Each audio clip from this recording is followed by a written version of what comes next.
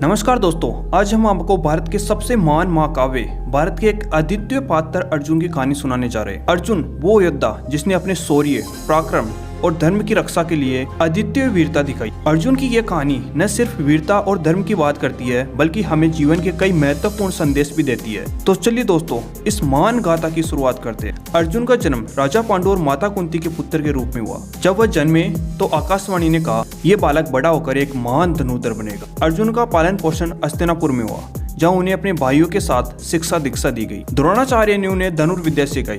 अर्जुन अपने गुरु के प्रति अत्यंत समर्पित थे और अपनी लगन और मेहनत के बल पर उन्होंने गुरु द्रोणाचार्य के प्रिय शिष्य का स्थान प्राप्त किया। अर्जुन की प्रसिद्धि एकलव्य के प्रसंग में भी जुड़ी हुई है। एकलव्य, जो कि एक निषाद जाति का युवक था, उसने अर्जुन के समान ही महान धनुर्धर बनने की इच्छा की थी, लेकिन गुरु द्रोणाचार्य ने उन्हें शिष्य के रूप में स्वीकार नहीं किया।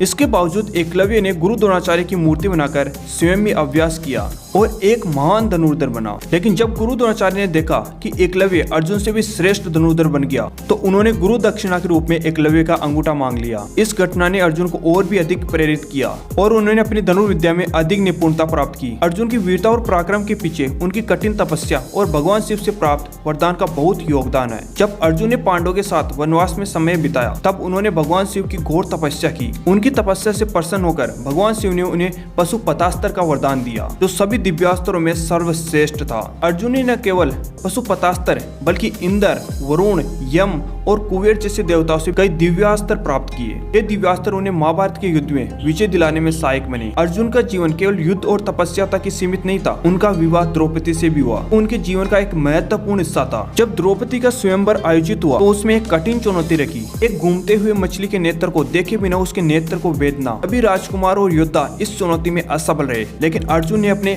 अचूक निशानेबाजी के कौशल के दम पर इस चुनौती को सफलतापूर्वक पूर्ण किया और द्रौपदी से विवाह किया। महाभारत का युद्ध, जिसे धर्म का युद्ध भी कहा जाता है, अर्जुन के जीवन का सबसे महत्वपूर्ण और निर्णायक मोड़ था।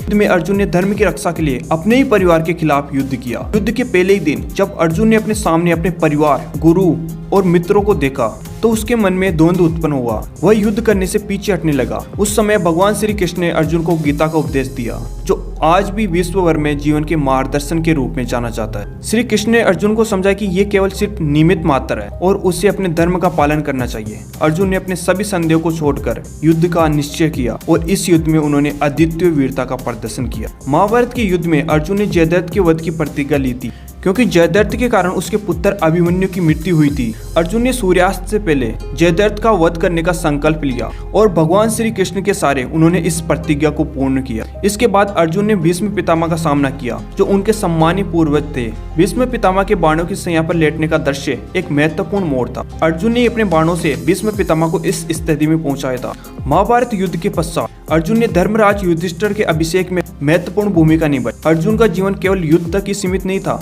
उन्होंने अपने भाइयों के साथ मिलकर धर्म की स्थापना की और एक आदर्श राज्य की स्थापना की।